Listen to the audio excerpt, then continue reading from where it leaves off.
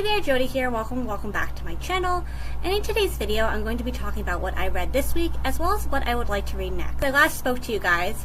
I finished reading One Star Romance by Laura Hankin, and I really like this book. Not only is it one of my favorite romances that I've read this year so far, but it's also now one of my favorite romances that I've ever read. I really like this book a lot, and I'm so glad I finally got around to reading it. I would call this romance less of like your typical romance and more like a literary fiction kind of romance. The story takes place over 10 years, and I would say the romance between the two main characters, Natalie and Rob, didn't really start for about 3/4 into the book. The romance I really don't hear many people talking about, and it's really good. So if you're looking for a really good literary fiction kind of romance, I highly recommend One Star Romance. After reading One Star Romance, I was in the mood to read another romance, so I picked up This Time Next Year by Annabelle Monaghan.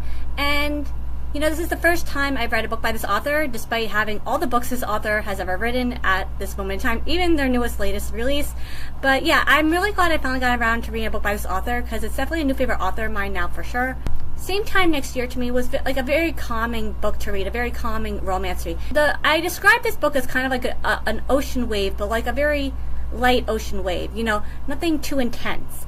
But it was still really good, and I loved it a lot. And if you're looking for a good book that takes place at the beach, I would highly recommend Same Time Next Year by Annabelle Monaghan.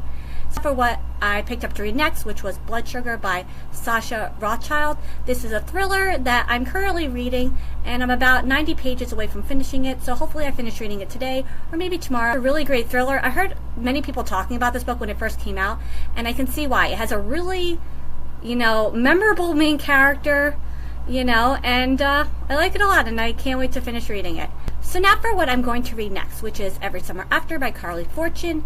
As you all may know, this book was recently adapted into a television series on Amazon, and you know, I started watching the show and then decided I was at a point in the show where nothing really had been spoiled per se. So I was like, you know, I hadn't read the book yet, so I was like, you know, let me read the book first and then check the show out again.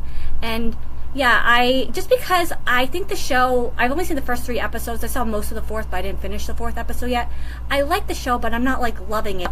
So I'm thinking maybe this is a case where the book is perhaps a little bit better than the show, and I just had to know for sure. So I'm going to read that next, and I cannot wait, because I really like the last book by Carly Fortune that I read. Now for what I might read after that, which I'm hoping to read The Last to Vanish by Megan Miranda. This is a mystery thriller that I've had for 3 years now, and I really can't wait to get around to reading it. And after that, I'm thinking perhaps I might read The Reappearance of Rachel Price by Holly Jackson. This was a pretty popular, talked about mystery thriller that came out maybe 2 years ago now or so, but I can't wait to get around to finally reading it. That's what I read this week, as well as what I hope to read next. That's going to be it for today. Let me know in the comments what you read this week.